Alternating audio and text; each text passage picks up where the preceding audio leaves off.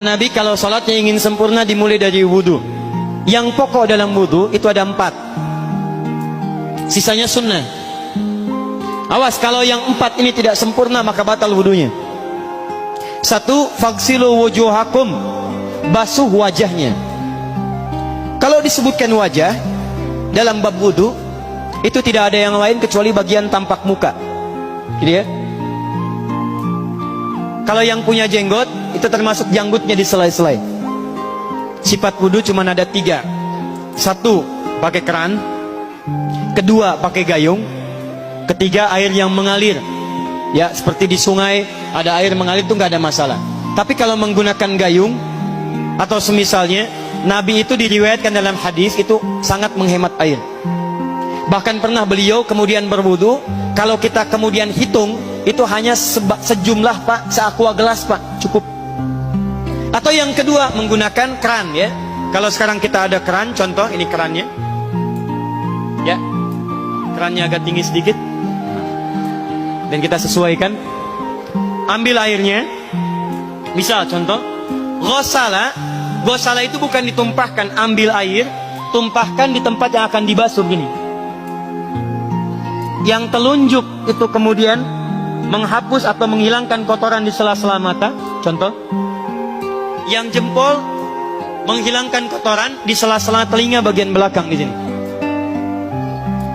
Ya. Kalau misalnya saya mulai ambil airnya, kemudian saya tumpahkan di sini. Yang telunjuk membersihkan di jari-jari di sini, di sela-sela mata. Yang jempol kemudian membersihkan di sela-sela di bawah telinga sini. Kemudian di selesai. 1. Tahan sebentar ya, ini praktek dulu sebentar. 2. Wa aidiakum ilal marafiq, ini yang sering keliru. Dan tangan sampai siku.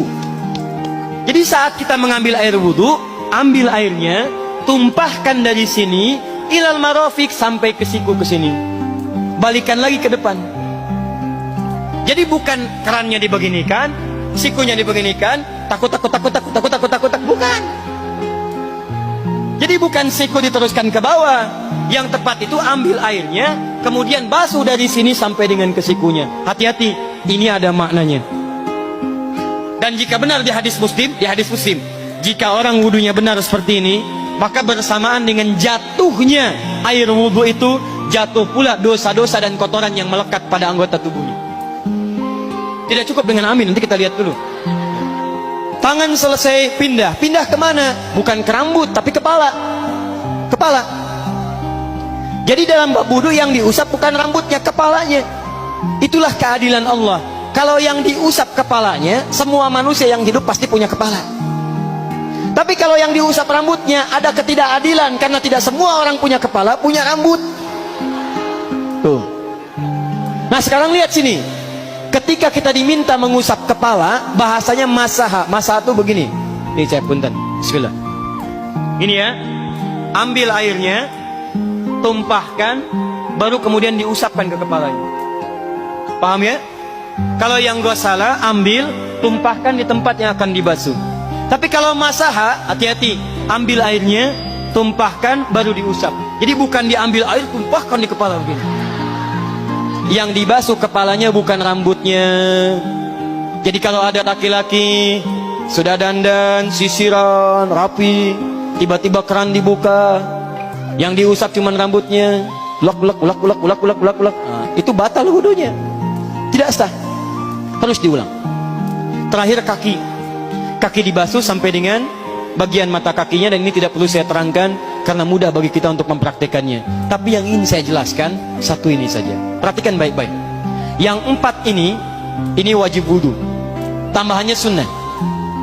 Niat dimasukkan dalam wajibnya. Lihat sini. Kumur-kumur sunnah. Telinga sunnah. Istinsyak sunnah.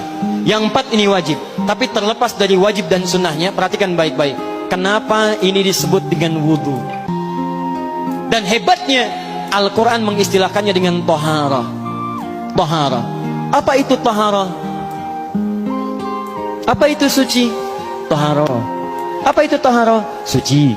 Apa itu suci? Toharah.